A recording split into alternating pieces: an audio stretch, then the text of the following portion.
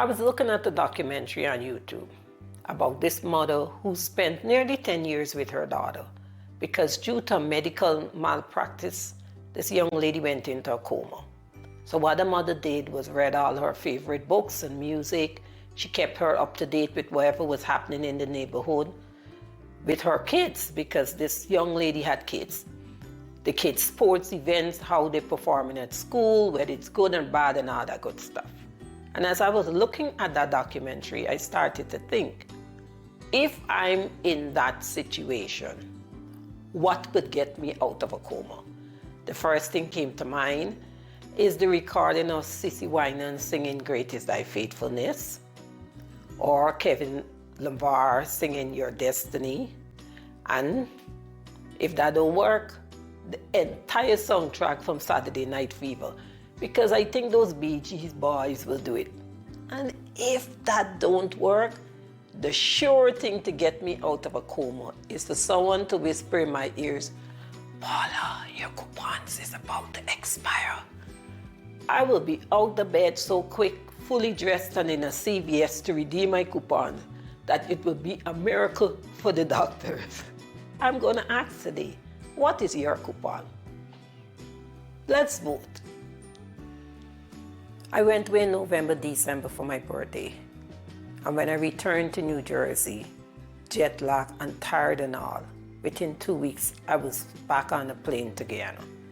Guyana was tiring emotionally because I had certain things to take care of personally, and then also I was dealing with my brother's sickness. On the way back from Guyana on the plane, then the full magnitude of the whole situation with him, which is very sad, hit me like a ton of bricks. In that state of mind, emotionally, physically, mentally, I came back to New Jersey, dealing with then trying to get out of the country, trying to get things like my mammogram done, getting rid of stuff, which was very, very hard, not because I want to hold on it, but like everything was too much, because I was extremely, extremely tired. But with all tiredness, I still had to move because I still had things to get done. So imagine one of those mornings in between sleep and wake, when I'm telling you like every part of my body was hurting, from the top of my head to the sole of my feet. I was trying my utmost to go back to sleep because I needed a rest. When clearly in my spirit, I heard privatization of Social Security. I was upset instantly for two reasons. One, that I know the chances of me going back to sleep right then went through the window. And secondly, it's something I have to talk about. I didn't want to talk anything about privatization of Social Security because I'm in the midst of dealing with other stuff that is already not lifting my spirit. And anything going into that which would be semi-political would not lift my spirit further. But I know I had to get it done, and I know I had to do it. The impartation of the privatization of Social Security took me right back to a conversation that I was part of. That was in 2000, where they had this concern about Social Security being privatized. Some people in the group was in favor of it, providing certain things were put into place. Some said that was not the right way to go about it. Or two things they agreed on is that for it to be done, it will take a lot of work. And two is that chances are it would not be done because it's going to bring so much division among the public. And that was then. We're in here now. And this thing popped into my spirit. And I started thinking about it. First was a big fight with me and God. I didn't want to talk about it because of all the stress and its politics, but I get more passionate about it. So I said, let me share my 2 cents. This is election season. And it is tiring.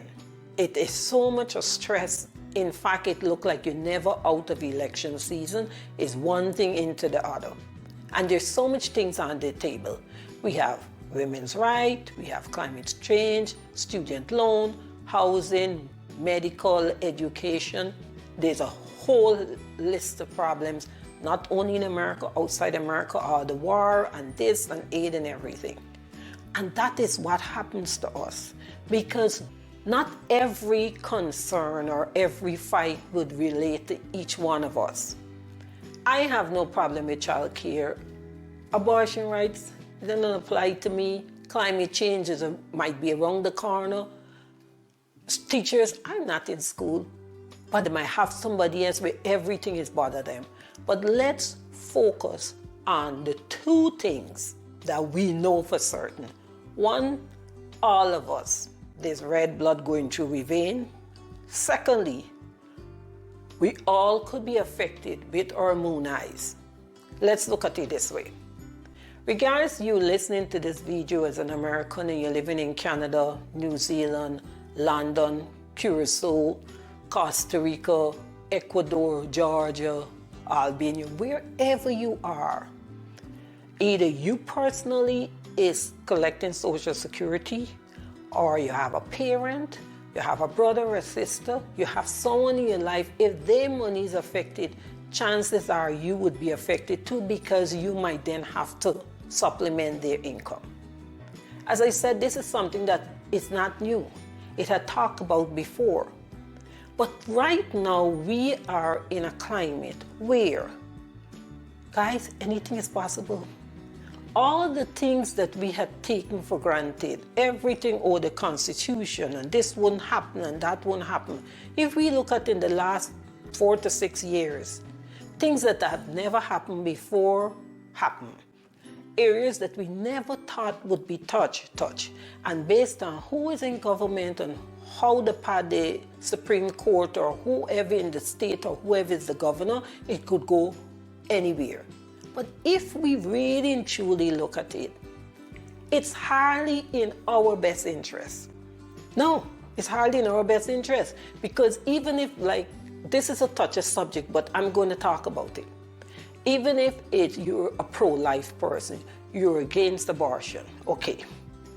You think a child, whether it's a fetus, 2 weeks, whatever it is, they must be abortion. What happened when the child comes? How excited and how much people fighting for child care. The same parent that could be criminalized because they're thinking or attempting or whatever it is an abortion, that same parent, if the child come, would be then looked at as a leech on society and is a drag and they're not responsible. So we have to think about all of these things. But one thing, as I said, that if we come down to it, is our finances. Is our Social Security system in a problem? Yeah. Does it need to be done? Yes. But I honestly think that we going down the way of privatization of Social Security would be the wrong way. Why would I think it's the wrong way? For 3 reasons. One, if you look at any business that is being taken over by another company because it's in problem, first thing they do, they start selling off the assets, they start getting rid of staff, they start closing certain divisions, they start looking at a way of cutting costs. What do you think is going to happen with Social Security if it privatizes? Whoever take it over, you would think even if the $1,000 or the $1,200 you're getting now is not working, chances are you might be getting 7 or less. That one I know for certain. I don't know how less it will be, how quick it's going to be, but your money is going to be reduced. Secondly, because it is privatized, I know they would say there will be laws in place to safeguard the kind of investment, all of that. But again, as I said earlier, all the things that didn't happen before is happening now. The way persons used to stop and think about the masses is no one cares. So whoever in charge, even if it's 20 of them in charge, they're going to could all collude, and then our investment or our Social Security could be invested in somebody's fund somebody knows somebody who managing some sort of money and our money gone there. Whether we lost it or not, that's our business. This is my concern. Most of all, and this is the part that I'm pleading with everyone, when you think about voting, who most likely that would privatize Social Security? Who most likely would not care how it is done? Who most likely would ship our hard-earned cash out to somebody and just don't care? As I'm saying, we have so much of things, infrastructure, the border, all these 4 million things that we have to think about.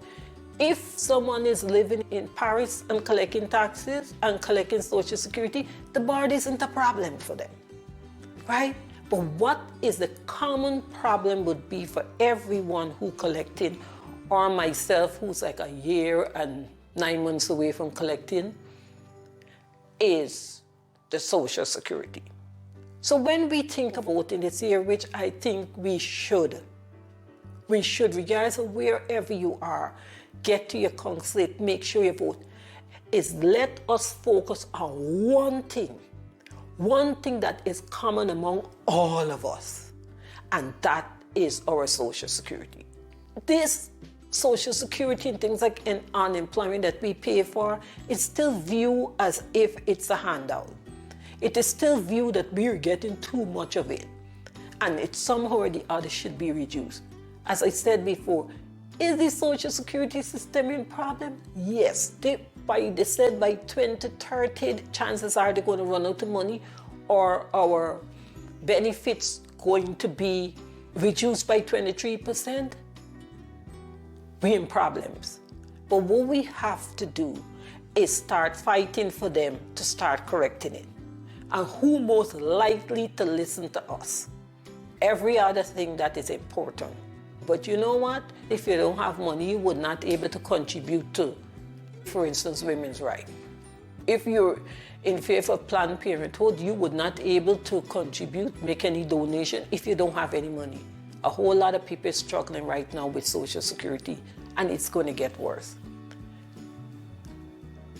I had to do it. As I said, it wasn't something that I was excited about, but it's something that kept me up since the morning, and it's something that made me start thinking. And I know I have to follow the Holy Spirit. There might be one person out there who would decide to vote.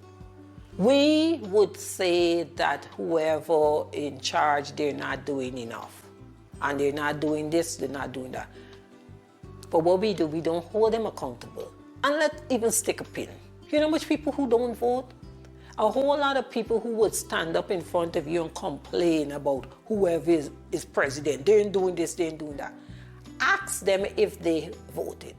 And there's another thing, is that asking people about the vote and the political affiliation is considered bad manners. I mean to say, you could ask them any other story. If they're sleeping with somebody or whatever it is, that is okay. And because we could hide behind, I do not want to discuss my political affiliation or whether I vote, we hide behind it, and in some cases does nothing. We complain, we want changes, but we don't vote. And that is what I'm saying, is that we have to stop looking at all the other stuff, which is important, yes. I'm not debating it. I'm not discrediting it or saying it's not important. But what is important is that we have to come down to the nitty-gritty, come down right down to it, and to it is our Social Security. Read upon it. If you Google it, they had an article that was written in 1996. I will see if I find the link and place it at the end of this video, where this man talked about 2030, but he had a whole vision economically of where we would be. And as I read that article, I had to smile. It's that he was just wishing. It's nowhere there. We have problems, but let us see how much we could fight to keep it from being privatized. Let us fight on us demanding that they do something, and things could be done. But no one wants to touch it because it's a lot of work. And the only way they're going to touch it is to pass it on to someone else. And when they pass it on for it to be privatized, if we think we're in trouble now, we will be in trouble. I hope the thought of your Social Security being privatized and take into consideration, if it starts with Social Security, chances are it's going to reach to your other pensions and all of these other stuff. But the whole thought of it being in a situation where you think it is bad now, but chances are it will get worse. Hope that will be your coupon. That will make you get out of, I'm so tired of this politics and things not working, coma. I don't think I'm going to vote anymore, coma. I think I should pass on this one, coma. Whatever state you're in. And if you're voting, I hope it will get you more energized, that you will reach out to other friends or family who might be receiving Social Security or who very near to that Social Security age, and ask them to vote. Think about who most likely to don't give a damn. It comes down to that. None of them is perfect. They're not all going to irritate you because your children is irritated. Let's say it, your parents is irritate you. So those strangers would. But who most likely to care? And that is the person you will want to vote for. Let us come together and make a change. So, gentle Jesus, I think I did my part. Hi, Paula Simon. If you want to know anything more, there's so many other videos on my channel. You could listen to what interests me and what I'm passionate about. This is not my usual channel about politics and voting, but the Holy Spirit told me, and there's something I'm very scared of. Before they take away my Social Security, is not listening to my Father. Because when I don't listen, I live to regret it. Have a blessed day, and we will talk later. Bye.